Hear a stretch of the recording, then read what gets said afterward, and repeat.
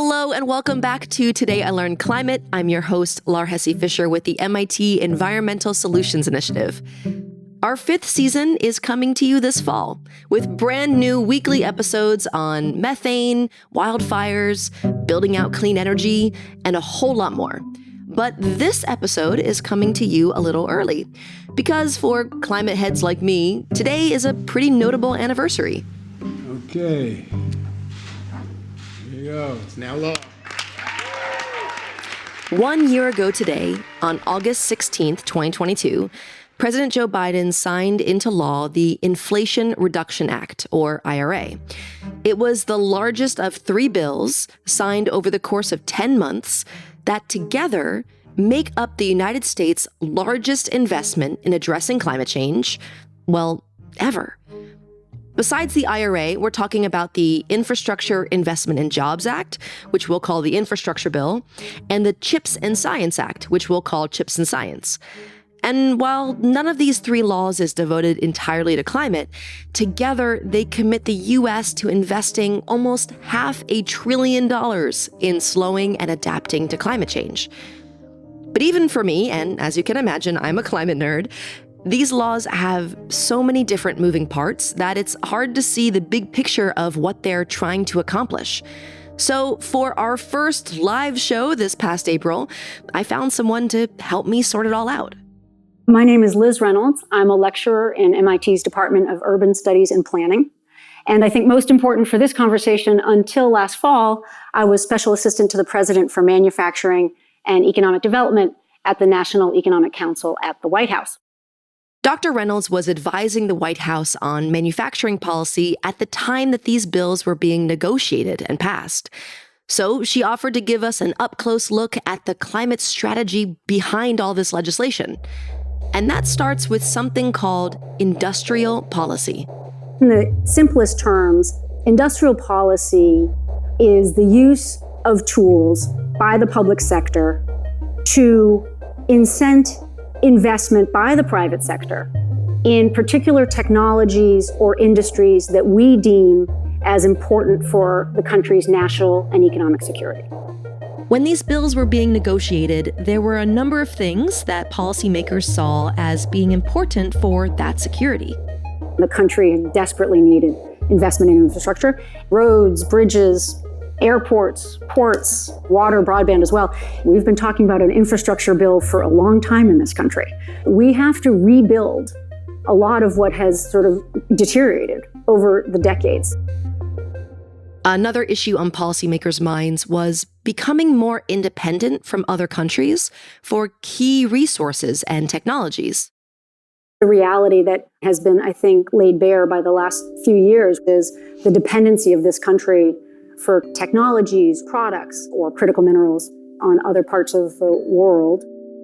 You might remember the shortage of semiconductors during the pandemic, for instance. But we're also talking about materials for solar panels and batteries. And that brings us to another national security issue, climate change, and stopping the U.S.'s climate emissions. And all these issues are related. To make a big transition to clean energy, we need to build a lot of infrastructure. And to stay economically strong, we want to not be too dependent on other countries. And what does that take? That takes manufacturing, that takes supply chains, it takes construction capacity, it takes talent. And that's the essence of industrial policy. The government kickstarting the market so that we can tackle these big national concerns. So let's look at the 3 laws we're talking about in a little more detail. The first that we should focus on is the bipartisan infrastructure bill, which was passed in November of 2021. And that is a significant investment in our physical infrastructure. It also had a lot of investment for our energy infrastructure. For example, are you going to buy an electric vehicle if you aren't sure that you've got chargers along the route to get you from one place to the other? We've got billions of dollars going out to states to build out that electric vehicle charging. It's about helping build the infrastructure that can help us actually make the transition in a lot of these key areas. There's also money in this law to upgrade public transit vehicles, like buses, to be less polluting, and to build out the electric grid to carry more electricity from wind and solar farms. Okay, that's the infrastructure bill. The second law is the CHIPS and Science Act. The CHIPS part includes money for manufacturing semiconductors, which we currently rely heavily on other countries for. The important part of that, I think, to this broader conversation is the Science Act part, which was an authorization of close to $200 billion on building and investing in our R&D capabilities in the U.S. We actually, for the first time, have named 10 plus technologies that really we think are critical to the country's future. Those include from artificial intelligence to advanced manufacturing and advanced energy efficiency, as well as material science. So the climate pieces of this are mostly looking ahead to technologies that aren't ready for prime time, but that we might need in the future. A good example is new ways of making steel without the incredible amount of climate pollution that it produces. There's money here for that research. That brings us to the IRA, the biggest of these laws and the only one passed by the Democratic Party alone. It contains about $370 billion in climate spending. The IRA is the most significant investment the country has made in terms of addressing climate change. 3/4 of that is through tax credits, which are about trying to incent the private sector to invest in the technologies that will help us meet our climate goals over time. It also includes significant investment in long-term loans for companies that are trying to scale their technologies in the country and build out facilities. A key thing to think about here is the concept of supply and demand. The loans help with the supply of climate technology. Say if a company wants to build a new factory for making solar panels and needs some cash to get started. And the tax credits help with the demand side, like if you're buying a car, now it'll be a lot cheaper to buy an electric one. Or if you own a home and your furnace dies, you'll get some help putting in an electric heat pump instead. There's potentially a lot of money for consumers here, especially if you're a homeowner, so I encourage you to check out our show notes on this episode for information on what tax credits you can use yourself. But then there are also tax credits for bigger buyers, like the big energy projects that buy solar panels and wind turbines and actually make electricity with them. In the last decade, we have really made enormous strides in our renewable energy capabilities. What you want to see is the development of these new technologies, and the IRA is agnostic as to which technology you're going to get that tax credit for. If you can prove that you're generating clean energy with zero emissions, you have access to these tax credits. It's trying to say, give everyone an opportunity to build into their development timelines and their, forecasting, et cetera, use of these tax credits over the next decade. I just want to repeat this. The tax credits are partly about getting us to buy climate-friendly technologies today, but they're even more about pushing manufacturers to plan for more climate-friendly technologies tomorrow, including some that might not be competitive yet. If you think, say, your geothermal energy plant, for example, will be turning the heat under the Earth's surface into cheap, clean electricity 10 years from now, well, the IRA has built-in tax credits that will still be available in 10 years, waiting for your technology to mature. Now, in addition to all of these tax credits and loans, the laws also make some organizational changes inside of government. There's a new Office of Demonstration at the Department of Energy with $20+ billion focused on taking technologies out of the lab. A lot of people would say that the Department of Energy has historically been really about R&D, developing technology to a point where hopefully the private sector picks up and runs with it. Now we're really putting money behind demonstrating those technologies at scale, which the private sector, without some de-risking of that technology, isn't going to do. What these laws don't do is impose a lot of new rules.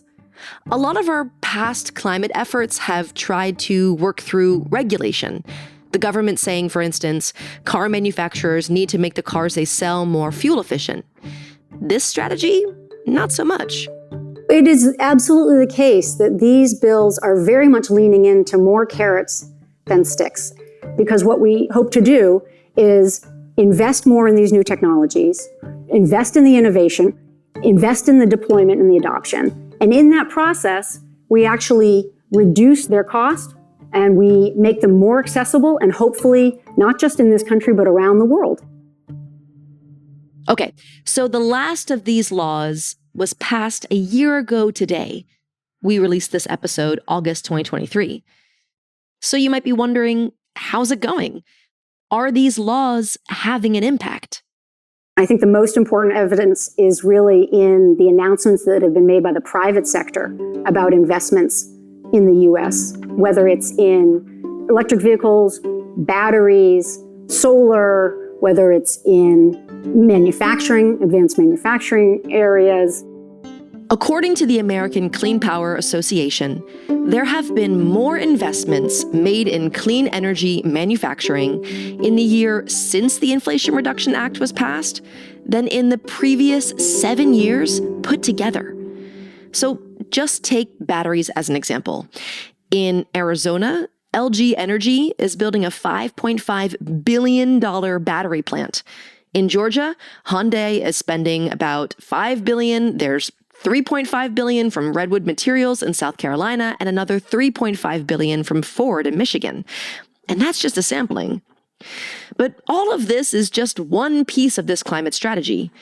Getting private companies to invest is one thing, but a lot of the money flows instead through states and cities and towns. But the places that need industrial jobs the most are already struggling and may not have the resources to, say, prepare all the needed paperwork and plans to compete for federal funding. And that's always been a challenge, is how do we actually make sure that the places that need it the most get the assistance? The point here is to very much try and get particularly into communities that have been left behind or that have been affected negatively by climate-related events. Another issue is timescale. The federal government wants this money to be spent fast, but our governance systems don't often work that quickly, and often for good reasons. You want to build a new EV battery factory, you're going to have to go through certain permitting processes, and you're going to have to go through a sort of environmental provisions that states have, and this takes time. A lot of warranted criticism has come to what happens at the city and state level to try and get new projects approved. All the friction that exists in terms of building new infrastructure, right? It doesn't happen overnight. This is going to come into conflict with a federal government that wants to build a lot of new industries and infrastructure very fast. Time is essential here. You can't wait a decade for some of these projects to happen. So I think people are experimenting, can you fast track things? Can we find ways to improve processes while still respecting some of the concerns we've had over time? This is where people and organizations are putting in a lot of effort right now, working with local and state governments to access these funds and find ways to build out new transmission lines and solar farms and factories in concert with the communities that will host them. And maybe even change the whole review process to get to yes faster. We'll talk more about that in a future episode this season. I would just emphasize that we're all part of making this transition happen. This is a transformational moment. It sounds technical and it sounds, caught up in legislation and dollars and tax credits. But in the end, we're moving toward a different place. We're going to see, I think, profound transformation and a real opportunity to put the country on a new trajectory. And a trajectory that is addressing our climate concerns, addressing our national economic security. But I would just want people to understand that we're all invested in making this a success. Including you. Because whether this is the climate strategy you would have chosen or not, our country has now made a big commitment to it. And if you've ever wanted to get involved in climate policy in your own town, well, the money's now out there. Whether it gets spent responsibly and quickly and makes a real dent in our carbon emissions, that's kind of up to all of us. That's our show for today, but look forward to this fall when we'll be back with Season 5 and a whole lot of new climate topics that we're excited to demystify for you. As always, you can check out our show notes for more information on the climate legislation we covered today. We also have an educator guide that explores local impacts and connections between these three pieces of legislation. You can find both at tilclimate.mit.edu. TIL Climate is produced by the MIT Environmental Solutions Initiative at the Massachusetts Institute of Technology. David Lishansky is our editor and producer. Aaron Krol is our scriptwriter and associate producer and did our artwork. Ilana Hirschfeld is our production assistant. Michelle Harris is our fact checker. Sylvia Scharf is our climate education specialist. The music is by Blue Dot Sessions, and I'm your host and producer, Laur Hesse Fisher. A big thank you to Dr. Liz Reynolds for speaking with us, and thank you for listening.